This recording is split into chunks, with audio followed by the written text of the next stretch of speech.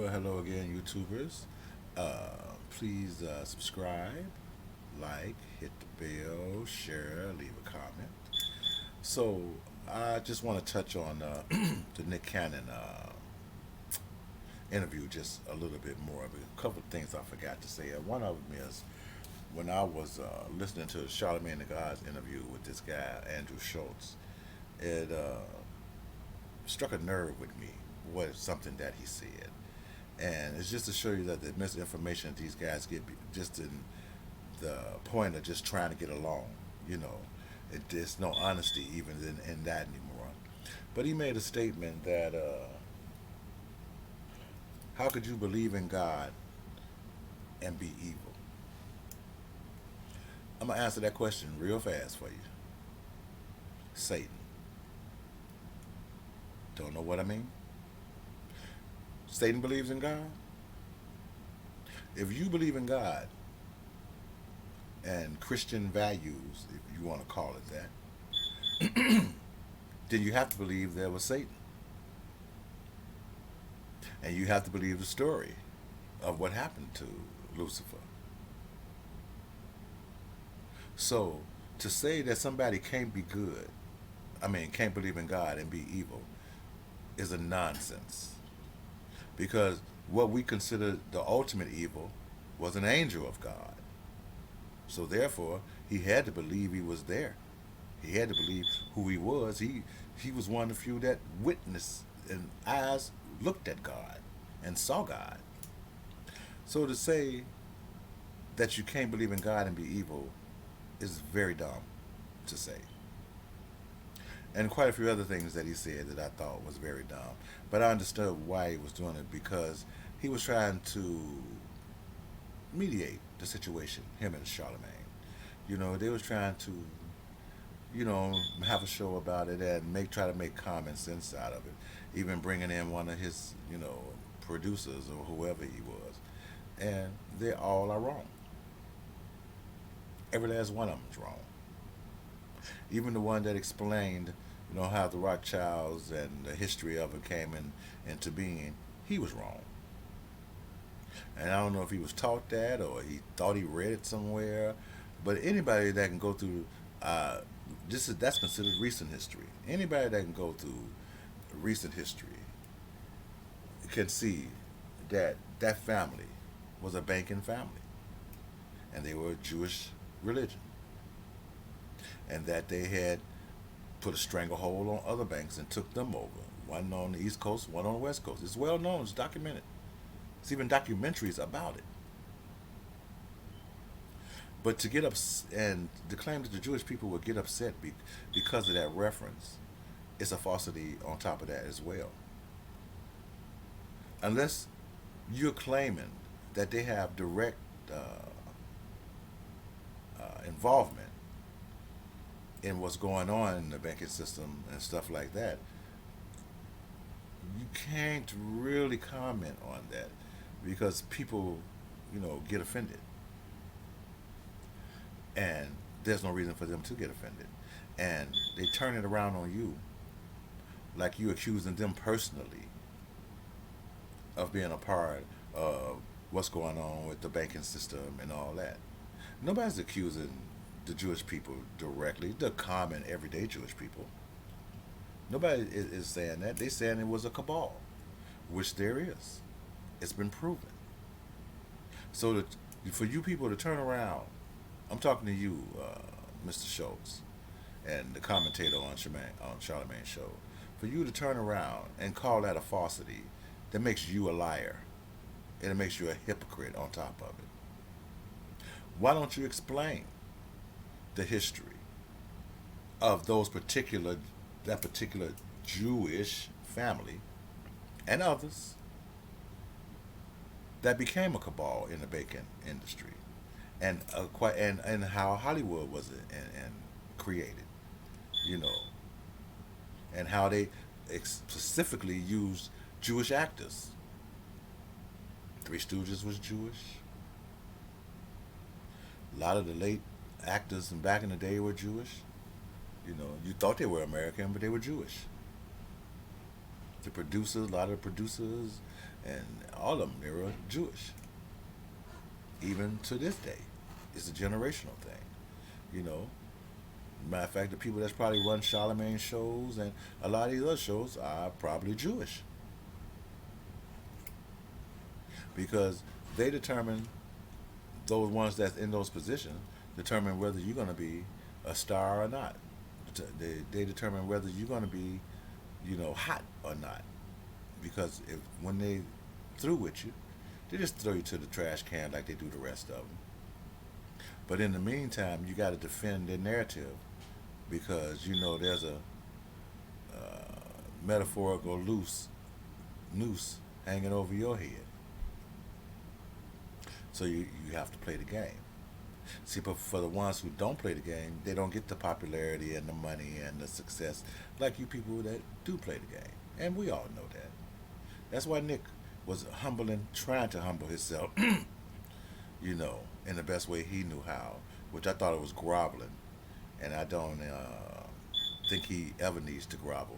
He would probably disagree with me, but if he saw it like I saw it through my eyes, even though he tried to make valid points, about his how he learned history and all that, he was groveling, and he was groveling to a racist. Yes, he was. The dude spoke out, like I said, against Farrakhan in his first 3 minutes of the interview, and nobody even talked about Farrakhan because they believe Farrakhan has such influence on Black America, that it jeopardizes their lie that they keep telling. And it really doesn't. Because as you can see, the lie lives on.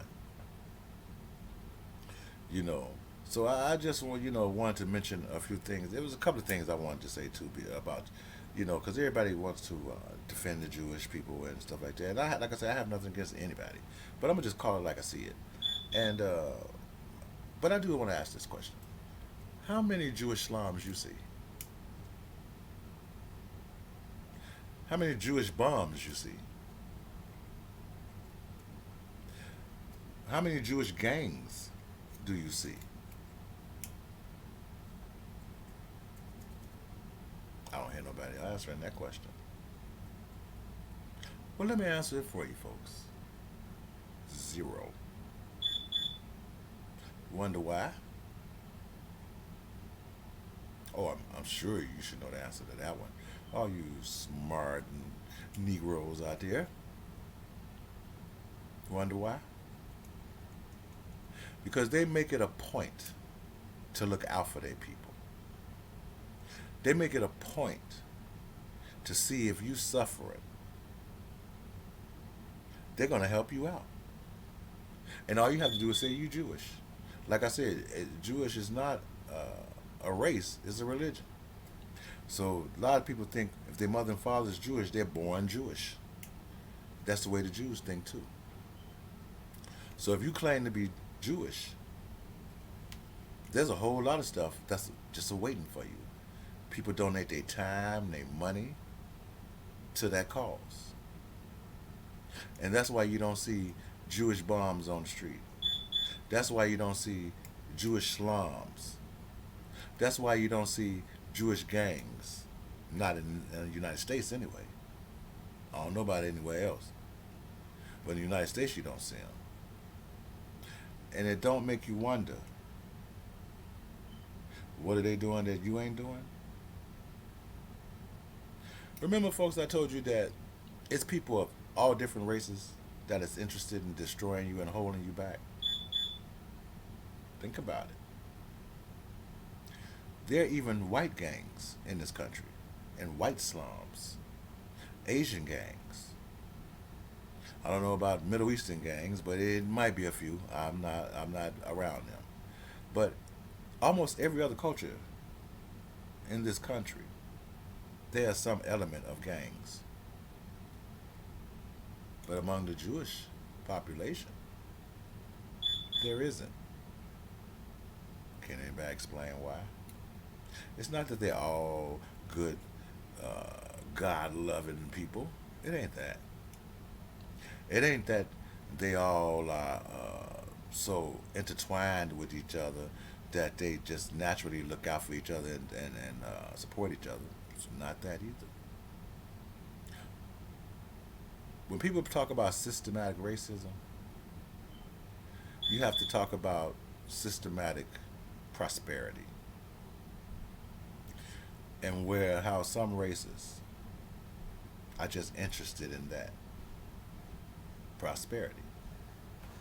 So they'll bring anyone of the same race, religion, culture into that fold and teach them how to be prosperous. And some of the ways that I taught, we wouldn't call them humane.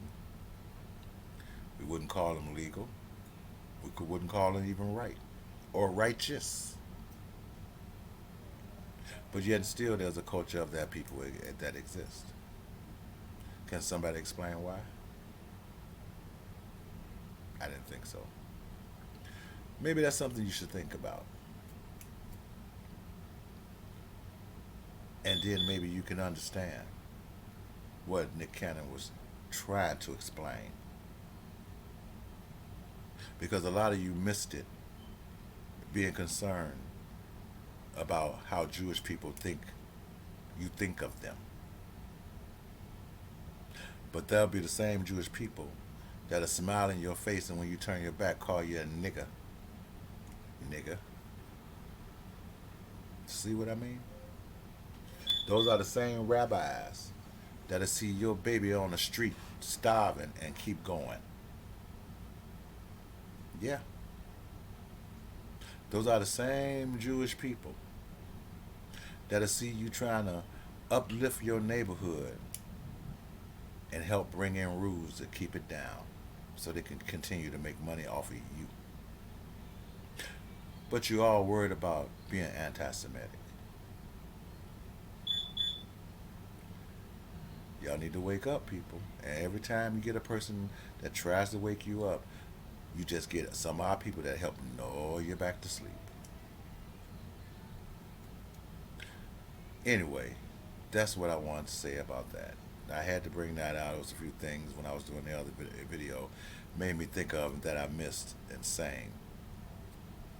And I wanted to make sure I got those out so you can understand, folks, that, like I tell you, this is all a fantasy. And that's part of it, too. You know, you cannot be anti-Semitic if you are a Semitic person. You can only be honest or dishonest. So don't let these people's narratives fool you about being anti-Semitic. That's just a way they can use, a word they can use to cause stoppage of dissent or rebellion or